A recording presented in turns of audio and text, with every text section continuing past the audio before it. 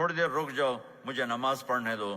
تو انہوں نے کہا ہم نماز پڑھنے کے لیے جنگ نہیں روکیں گے. تو آپ نے فرمایا پھر ہم نماز نہیں چھوڑیں گے. آپ نے آدھوں کو لڑائی پہ لگا دیا اور آدھوں کے ساتھ مل کر آپ نے نماز ادا فرمائی. پھر ان کو لڑائی پہ لگا دیا اور پہلوں کو کہا نماز پڑھنے کو، اور عصر سے پہلے سب کے سر کٹ کے نیزوں پہ چڑھ گئے. تو ایک نماز ایسی چیز ہے، آپ بہت بڑا مجمع اہل ایمان کو، نوجوان بھی ہیں، بچے بھی ہیں، بچیاں بھی ہیں، خواتین بھی ہیں، حضرات بھی ہیں. میرے نبی کی زندگی میں نماز، میرے نبی جب دنیا میں تشریف لائے اور لیڈی ڈاکٹر ہی کہہ لو، دائی شفا بنت اسد، انہوں نے آپ کو ماں کے پہلو میں لٹایا تو آپ نے ایک دم ایسے کروٹ بدلی اور سجدے میں چلے گئے. لمبا سجدہ کیا، پھر اس کے بعد سر اٹھا کے یوں کیا اور اس ہاتھ کا سہارا لے کر اس ہاتھ کو یوں اٹھایا اور ایسے انگلی کو کیا تو ایک پورے عالم میں نور ہی نور پھیل گیا اور آپ گرے. اور پھر اس بچہ جیسے ہوتا ہے ویسے آتے ہی اعلان کیا کہ میں سجدے لے کر آ رہا ہوں. اور جب آپ دنیا سے جا رہے تو آپ نے کہا نماز نماز نماز نماز نماز نہ چھوڑنا. عبادات میں ایک نماز ایسی ہے جس میں گنجائش نہیں. اور اس کے بعد دوسری زندگی میں چند چیزیں ہیں، چند چیز، ان سب کا خلاصہ کروں تو چار چیزیں ہیں، سب کا خلاصہ کروں تو چار باتیں، وہ بھی حدیث پاک میں. میرے نبی نے فرمایا اربع من کن فیہ ما ضرہ ما فاتہ من الدنیا. چار باتیں لے لیں اس سارے ہال کے حاضرین حاضرات سامعین سامعات، تو میرے نبی فرماتے ہیں اس کو سب کچھ مل گیا، سب کچھ مل گیا. چار باتیں سب کچھ مل گیا. صدق حدیث، حفظ امانت، حسن خلیقت، عفت فی طعمت. چار باتیں، سچ بولے جھوٹ نہ بولے، سچ بولے جھوٹ نہ بولے، دیانتداری سے کام کرے، دھوکہ نہ دے، اخلاق اچھے ہوں بد اخلاق نہ ہو، رزق حلال ہو حرام نہ ہو. چار باتیں جو کر لے گا وہ پورا دین اس کے ہاتھ میں آ جائے گا. عبادات کے بعد نماز فرائض، تو ایک سچائی ہو، ایک دیانتداری ہو، ایک اخلاق اچھے ہوں اور ایک رزق حلال ہو تو ہر چیز آپ کے تابع اللہ تعالیٰ کر دے گا. یہ پورے کا پورا دین ہے جو میرے نبی لے کر دنیا میں تشریف لائے. یہاں کے ماحول میں دوڑ لگی ہوئی ہے اور ایک دوسرے کو خیال کرنا یا اس کے لیے وقت نکالنا، خاص طور پر جہاں والدین پوری دنیا میں ہی پریشان ہیں لیکن ان ملکوں میں زیادہ پریشان ہیں کہ پتہ نہیں سسٹم ایسا ہے یا قدر کوئی نہیں ہے. لیکن میرے نبی نے فرمایا تھا کاش میری ماں زندہ ہوتی تو تم لوگ دیکھتے میں کیا کرتا. میں عشاء کی نماز کے مصلی پہ کھڑا ہوتا، سورۃ فاتحہ پڑھ رہا ہوتا اور ادھر سے میری ماں مجھے پکارتی محمد، تو میں ماں کے لیے نماز توڑ دیتا.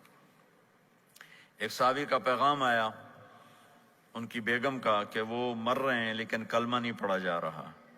تو آپ تیزی سے اس کے گھر گئے، دیکھا تو وہ بول رہے ہیں. ہم نے کہا کلمہ پڑھو، کہا جی نہیں پڑھا جاتا. ویسے بول رہے ہیں نہیں پڑھا جاتا.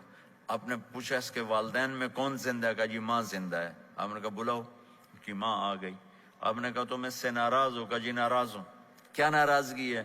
کہ یا رسول اللہ بدتمیزی سے بولتا تھا بس، اور کوئی ناراضگی نہیں. بہت نیک بچہ ہے، تہجد بھی پڑھتا ہے، روزے بھی رکھتا ہے، قرآن بھی پڑھتا ہے. مجھ سے بولتا ہے تو سخت ہو کے بولتا، ریش ہو کے بولتا.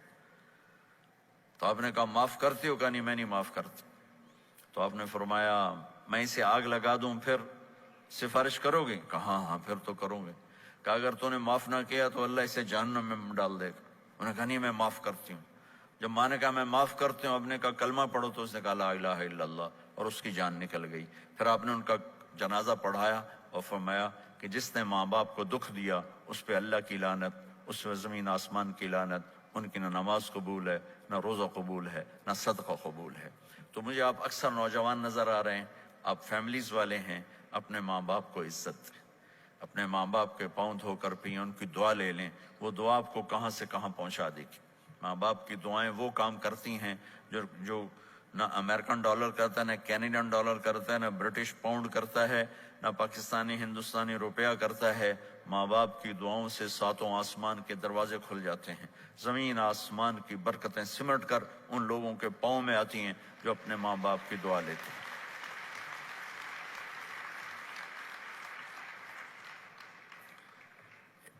ایک دفعہ موسیٰ علیہ السلام نے کہا یا اللہ میرا جنت کا ساتھی کون ہے؟ تو اللہ تعالیٰ نے فرمایا کہ وہ جو فلاں آدمی گوشت بیچنے والا، اس کو ہم قصاب کہتے ہیں، قصائی، یہ کوئی اتنا بڑا معزز پیشہ نہیں ہوتا۔ تو موسیٰ علیہ السلام بڑے حیران ہوئے کہ میرا ساتھی گوشت بیچنے والا، تو اس کو دیکھنے چلے گئے۔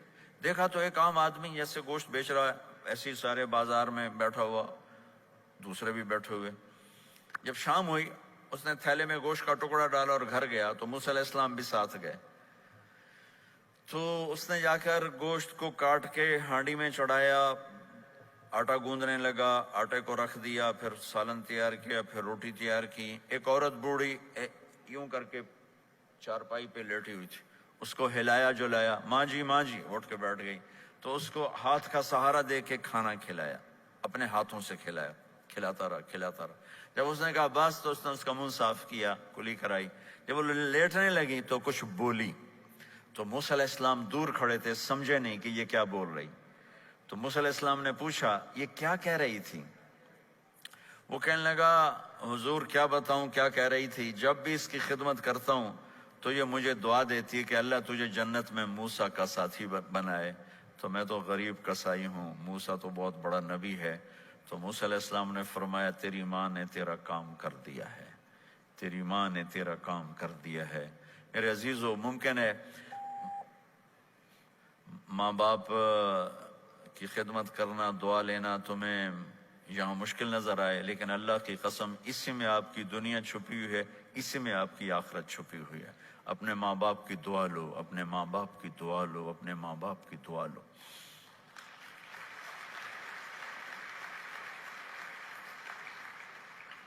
دوسرا رشتہ ہے یہاں خاوند اور بیوی کا۔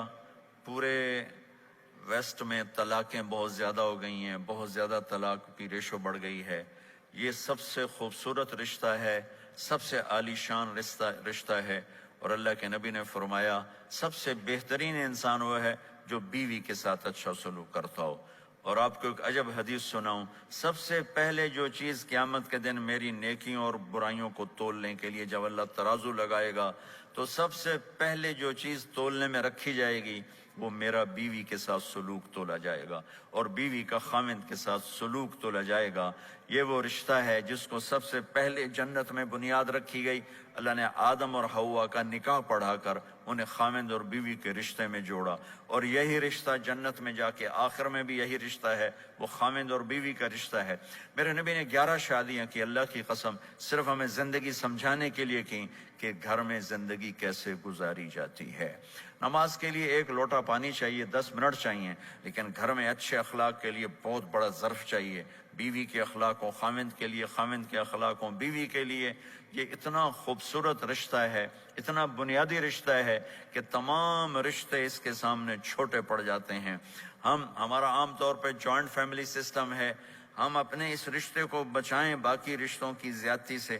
والدین سختی کریں تو اپنی بیوی کو بچاؤ، بیوی سختی کرے تو اپنے والدین کو بچاؤ، بیچ میں تم ایک ترازو کا کام کرو۔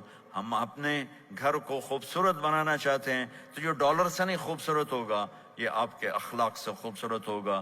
ایک میٹھا بول وہ بیوی کے دل کو خرید لیتا ہے، ایک میٹھا بول وہ خاوند کے دل کو خرید لیتا ہے۔ ایسی اولاد کے ساتھ بھی وہ شدت اور سختی نہ ہو، بلکہ نرمی کا معاملہ ہو، پیار محبت کا معاملہ ہو۔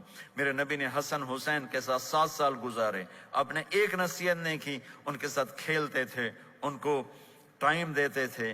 اس طرح صفات منتقل ہوتی چلی گئیں۔ یہ چند چیزیں ہیں، ان کو کرتے کرتے دنیا سے چلے گئے تو دنیا بھی آپ کی ہے اور آخرت بھی آپ کی ہے۔ اور میں اپنی بات ختم کرنے سے پہلے اگر کسی سے لڑے ہوئے ہو تو صلح کر لینا اٹھ کے، اگر کسی سے بات چیت بند ہے تو صلح کر لینا۔